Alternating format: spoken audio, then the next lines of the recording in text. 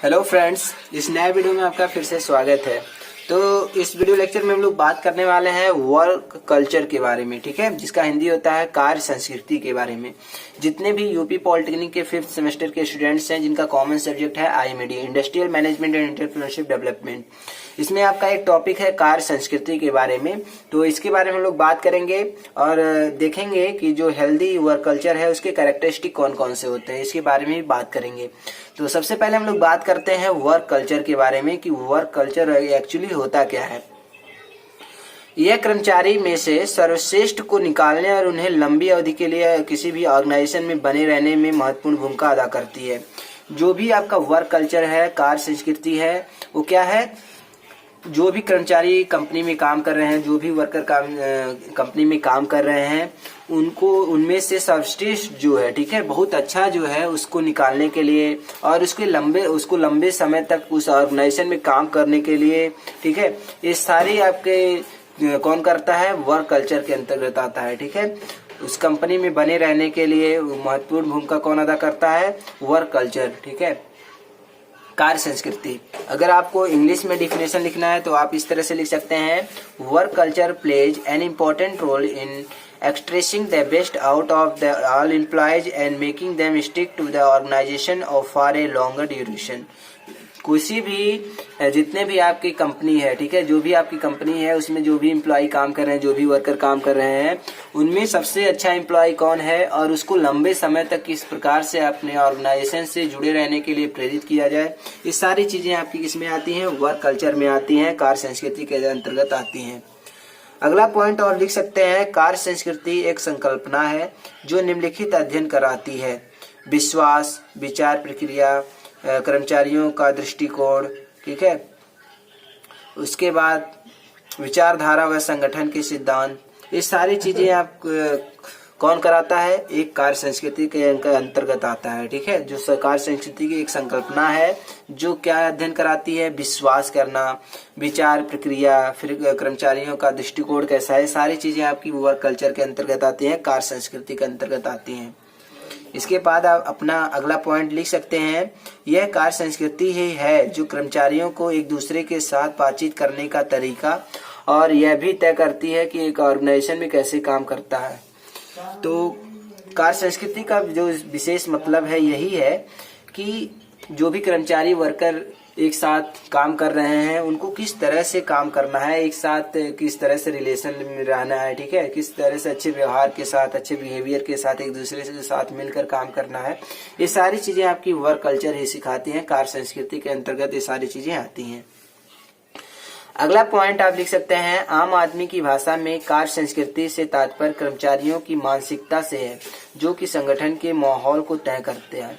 तो जिस भी कंपनी में जो एम्प्लॉयज हैं, जो आपके वर्कर हैं, जो कर्मचारी हैं, उनमें जो रिलेशनशिप है वो बहुत अच्छा रहेगा, तभी वो कंपनी ग्रो करेगा। ठीक है, अगर उस कंपनी में जो एम्प्लॉय है दूसरे के साथ भेदभाव करेंगे, ठीक है, एक दूसरे के साथ अच्छे रिलेशनशिप में नहीं रहेंगे, अच्छा रिलेशन एक दूसरे के साथ नहीं रहेगा, फिर प्रेम भावना नहीं रहेगा, तो जो कंपनी है वो ग्रो करने में थोड़ी सी उसको कठिनाई होगी। ठीक है, अगला पॉइंट आप लिख सकते हैं, जब कर्मचारी संगठन के नियम का पालन व दिशा निर्देशन का पालन करते हैं तो ऐसे ऑर्गेनाइजेशन को एक मजबूत कार्य संस्कृति वाला कहा जाता है। तो जब भी कर्मचारी जो हैं, जो वर्कर हैं, जो एम्प्लॉयज हैं, वो जो भी रूल रेगुलेशन बनाया गया है कंपनी का उसको आज बहुत अच्छे तरीके से फॉलो करते हैं, तभी जो आपकी ऑर्गेनाइजेशन है, ठीक है, वो मजबूत कार्य संस्कृति वाला माना जाता है, मजबूत कार्य संस्कृति वाला उस ऑर्गेनाइजेशन को कहा जाता है। कुछ ऑर्गेनाइजेशन ऐसे भी हैं जहां कर्मचारी दिशा निर्देश का पालन करने में हिचकिचाते हैं, सत्य प्रक्रियाओं द्वारा ही कार्य करने के लिए तैयार किया जाता है। इस प्रकार के संगठन को एक कमजोर व खराब स्थिति वाला कार्य संस्कृति कहा जाता है।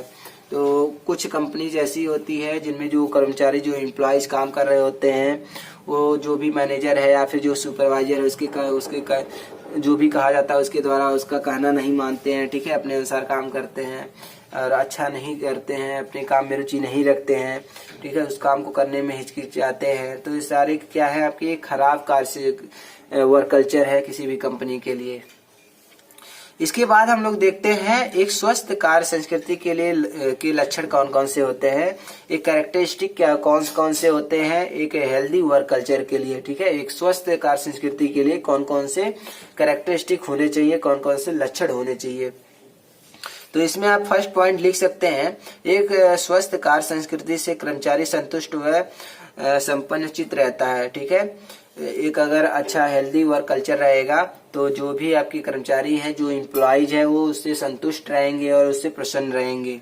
ठीक है, जितने भी काम है उससे उसमें वो खुश रहेंगे, जो भी सैलरी मिल रही है उसमें वो सारे लोग खुश रहेंगे। ठीक है, इससे उत्पादकता में वृद्धि होती है। जब सारे एम्प्लॉयज खुश रहेंगे तो स्वाभाविक सी बात है कि जो प्रोडक्टिविटी है, जो आउटपुट ज्यादा निकलेगा। ठीक है, अगला पॉइंट आप लिख सकते हैं, कर्मचारियों से उनका सर्वोत्तम कार्य लेने के लिए अच्छा कार्य करने वाले कर्मचारी की सार्वजनिक रूप से प्रशंसा की जानी चाहिए।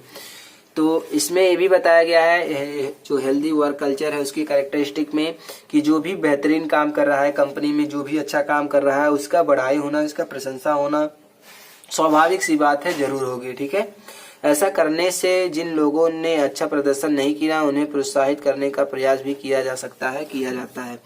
तो इससे क्या होता है कि जिनका परफॉर्मेंस अच्छा नहीं है उनको भी एक मोटिवेशन मिलता है कि वो आदमी बढ़िया कर रहा है तो उसके अनुसार मैं भी बढ़िया कर सकता हूँ। ठीक है, एक दूसरा आदमी बढ़िया कर सकता है तो मैं भी कंपनी के लिए कुछ बढ़िया कुछ नया कर सकता हूँ। ठीक है, इससे क्या होता है दूसरे लोगों को भी प्रेरणा मिलती है। अगला जो आपका कैरेक्टरिस्टिक है उसमें आप अगला लिख सकते हैं, अगला पॉइंट, प्रत्येक कर्मचारी को एक समान मानना चाहिए, उनमें भेदभाव पूर्ण व्यवहार नहीं होना चाहिए, वर्किंग प्लेस पर व्यक्तिगत संबंध को अधिक महत्वपूर्ण नहीं माना जाना चाहिए। ऐसा करने से कर्मचारियों में फ्रस्ट्रेशन उत्पन्न होता है और एक अस्वस्थ कार्य संस्कृति बन जाती है। ठीक है, जो भी कर्मचारी हैं, जो भी एम्प्लॉयज हैं, उनको हमेशा एक समान रूप से मानना चाहिए, सारे लोगों को एक समान रूप से, एक समान नजर से देखना चाहिए, उनमें किसी भी प्रकार के भेदभाव तरीके से व्यवहार नहीं करना चाहिए, सभी लोगों के साथ एक समान व्यवहार होना चाहिए। यही एक अच्छे वर्क कल्चर की कैरेक्टरिस्टिक है।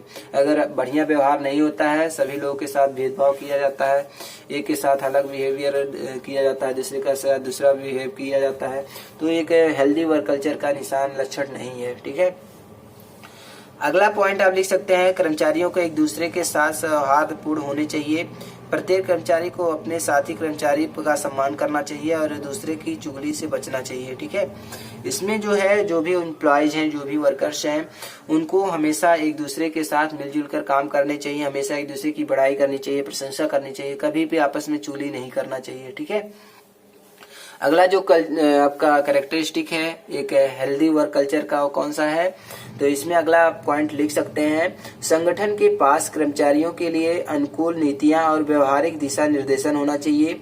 यह व्यवस्था ऐसी होनी चाहिए कि कर्मचारी को लाभ पहुंचे और कर्मचारी की भी अपने कार्यों में संगठन का सम्मान बढ़ाना चाहिए। कार्यस्थल पर अनुशासन प्रति महत्वपूर्ण होता है, जो भी वर्क प्लेस है। ठीक है, वर्क प्लेस पर जो भी आपकी बिहेवियर है वो भी बहुत मायने लगता है, डिसिप्लिन का होना बहुत ही जरूरी है।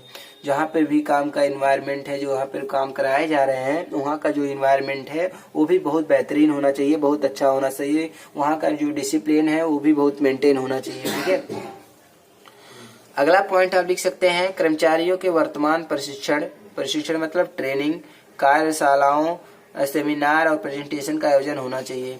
इससे क्या होता है, जो भी वर्कर, जो भी एम्प्लॉयज हैं, जो काम करने वाले हैं, उनको इससे मोटिवेशन मिलता है। ठीक है, ये सारी चीजें, नई नई चीजें जानने को मिलती हैं।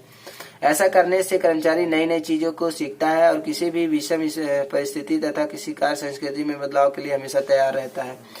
इससे क्या होता है, सेमिनार होगा, प्रेजेंटेशन होगा, नई नई चीजें एम्प्लॉयज को बताई जाएंगी, तो उसके लिए जो भी आने वाले फ्यूचर में जो भी आने वाली समस्या है उससे उसको रूबरू हो पाएगा। ठीक है, जो एम्प्लॉय है।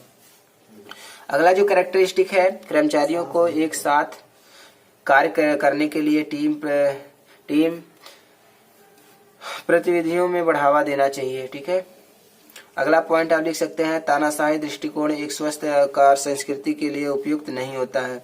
एक तानाशाही जो सत्ता होता है, एक तानाशाही जो दृष्टिकोण होता है, किसी भी वर्क कल्चर के लिए एक हेल्दी वर्क कल्चर का निशान नहीं होता है। ठीक है, एक खराब वर्क कल्चर का निशान होता है जो तानाशाही दृष्टिकोण होता है। तो ये सारे आपके क्या है, कैरेक्टरिस्टिक है। ठीक है, किसके, एक हेल्दी वर्क कल्चर के।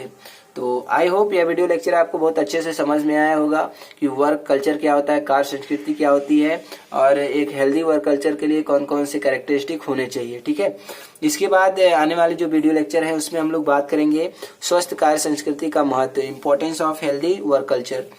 ठीक है, इसके बारे में बात करेंगे, और भी कई सारे ऐसे टॉपिक्स हैं IMD में जो अभी बचे हुए हैं, उनको भी कवर करने की कोशिश किया जाएगा, और भी सब्जेक्ट है आपके उसको भी कवर किया जाएगा। ठीक है, अभी एग्जाम में समय है। ठीक है, तब तक पढ़ते रहिए, आप बहुत ध्यान से पढ़ते रहिए, कुछ चीजें आप क्लियर करते रहिए, क्योंकि कई सारे सब्जेक्ट होंगे आपके, एक ही सब्जेक्ट नहीं होगा, कई सारे सब्जेक्ट होंगे, सारे सब्जेक्ट के बारे में आप पढ़ते रहिए। ठीक है, तो मिलते हैं नेक्स्ट वीडियो में, तब तक अपना ख्याल रखिए, अपनों का ख्याल रखिए, खुश रहिए और मस्त रहिए, पढ़ते रहिए। जय हिंद।